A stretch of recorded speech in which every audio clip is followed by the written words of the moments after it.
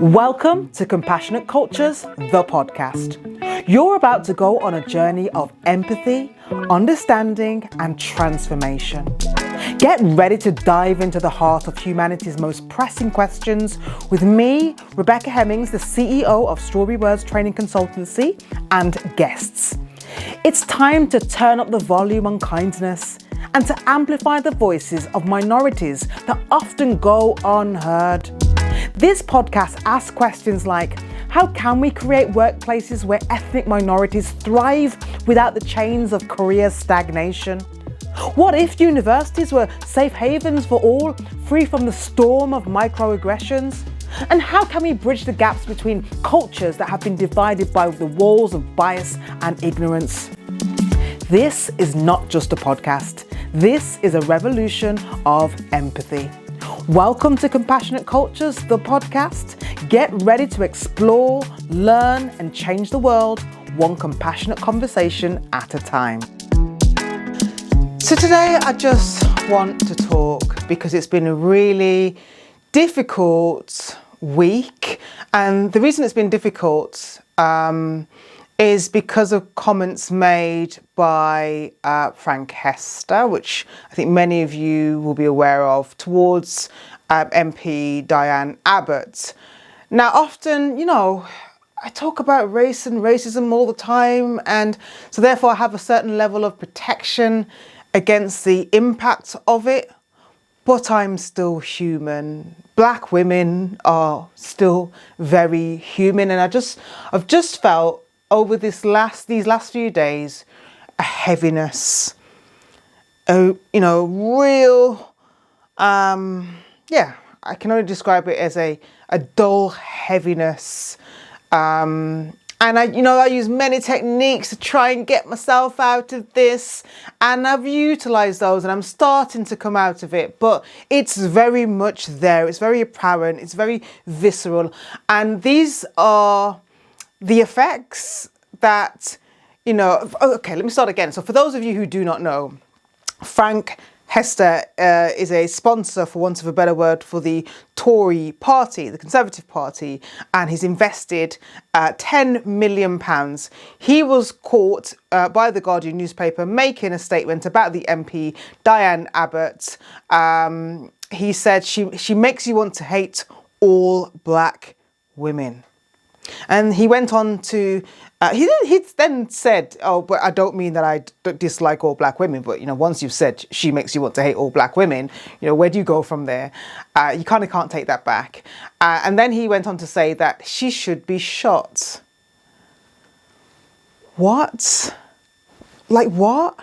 I and many other black women who have had discussions with are still struggling to understand how this man has not been arrested. Surely this is a form of extremism. And again, I won't go into the potential impacts of all of this in terms of what influence this can have on other people who might be influenced by what he said and therefore treat us. Gosh, I don't even want to think about how. What I do know is, like, the day after it was said, I went into my local gym. It's a very mixed gym, and for the first time I felt like I was being seen as that black women that people like him hate, and maybe we should hate. And I'm probably sure that's not the case, but that's just how I felt. Oh, it's heavy. And so I'm making this episode for all the black women that have had to endure hearing that, for the black girls, my daughter, who I try to keep away from this really negative news, that somehow might hear this and feel a certain way.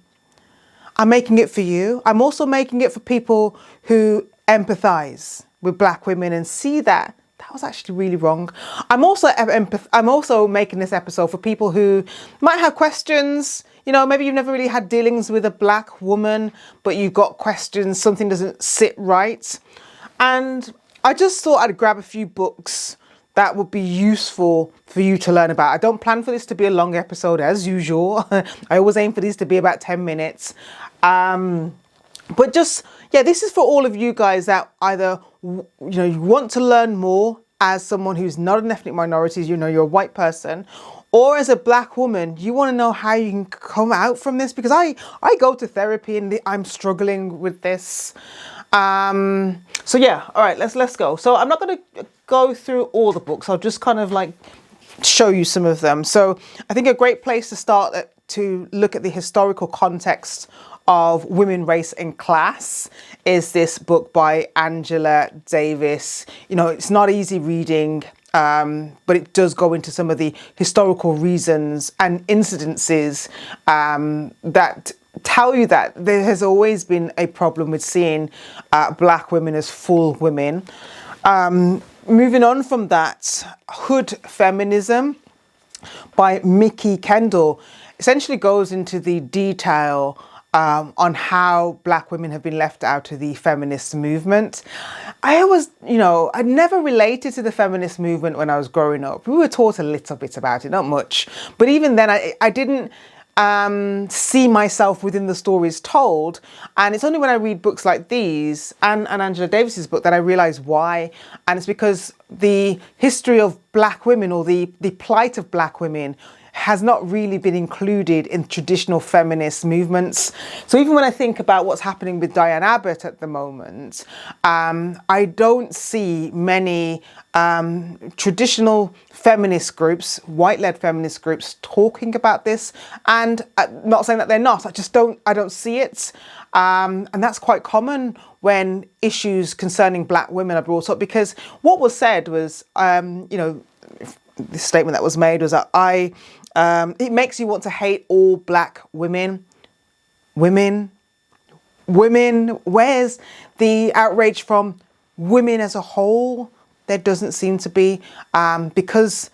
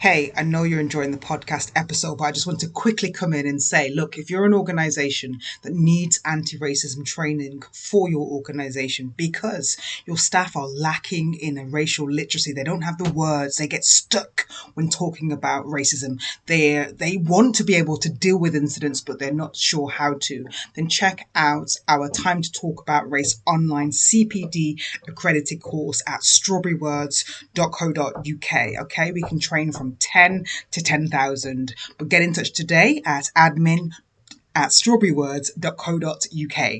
Now back to the episode.